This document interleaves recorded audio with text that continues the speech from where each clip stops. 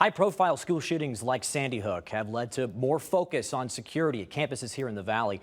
But a Power of Two investigation shows every year since Newtown, guns continue to turn up at Maricopa County schools. And as we found out, the state stopped tracking them. 911.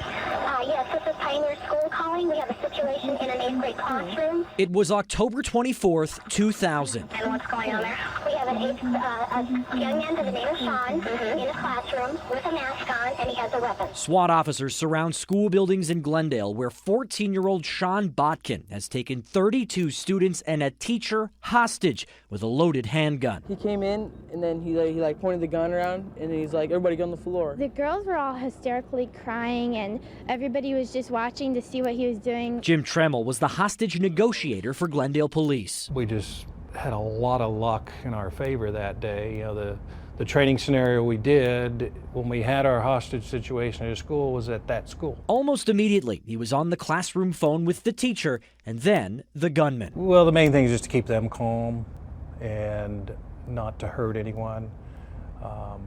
That happened very quickly. He was very cooperative as I was talking to him, and then to try and get him to let everyone go. There it is.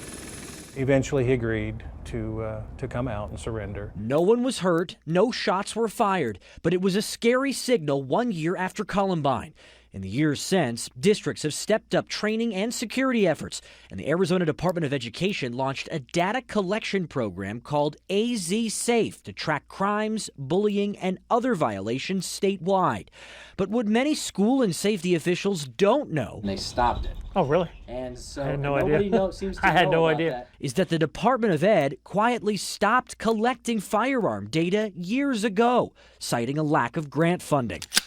Kenneth Trump is an author on school security. We can hear all the rhetoric in the world that school safety is a priority from the state house to the schoolhouse, but if it's not reflected in day-to-day practice and in the budgets, it's really not the priority that it can and should be in the eyes of most parents. We decided to take a look at gun data ourselves, so we sent requests to all 58 school districts in Maricopa County.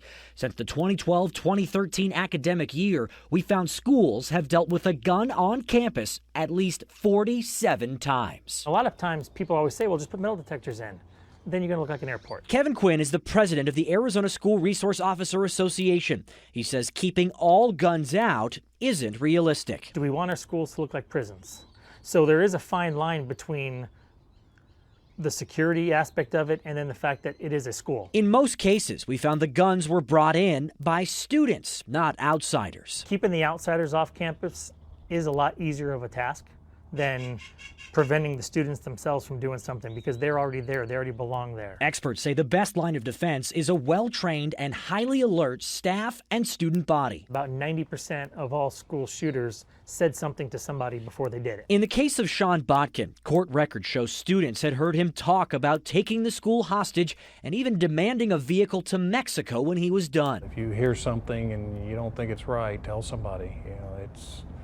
It's better to turn out to be nothing than for something to happen. Because on October 24th, 2000, the rumors were true.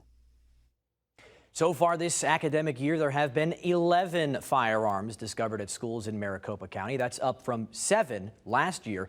4 of these 11 incidents this year involved firearms that were in cars parked on campus. The most recent case happened just 2 weeks ago when a 6th grader brought a gun and a knife to a Phoenix elementary school, reportedly to show friends. So do teachers get any kind of training on how to handle that? Yeah, teachers and schools regularly practice this thing. They have lockdown drills. I know in some districts they actually have unplanned visits where they show up and they basically test how a school responds and how fast they do go into those lockdown drills. So what are the real reasons, aside from grant funding not being there, for not keeping track of this? Yeah, so the Department of Education started collecting data back in 2007. They got a grant from the feds. Part of that grant included a mandate so that schools were required to show them this data. When they lost the grant in 2010, they also lost the mandate, so they haven't trusted their firearm data since back in 2010.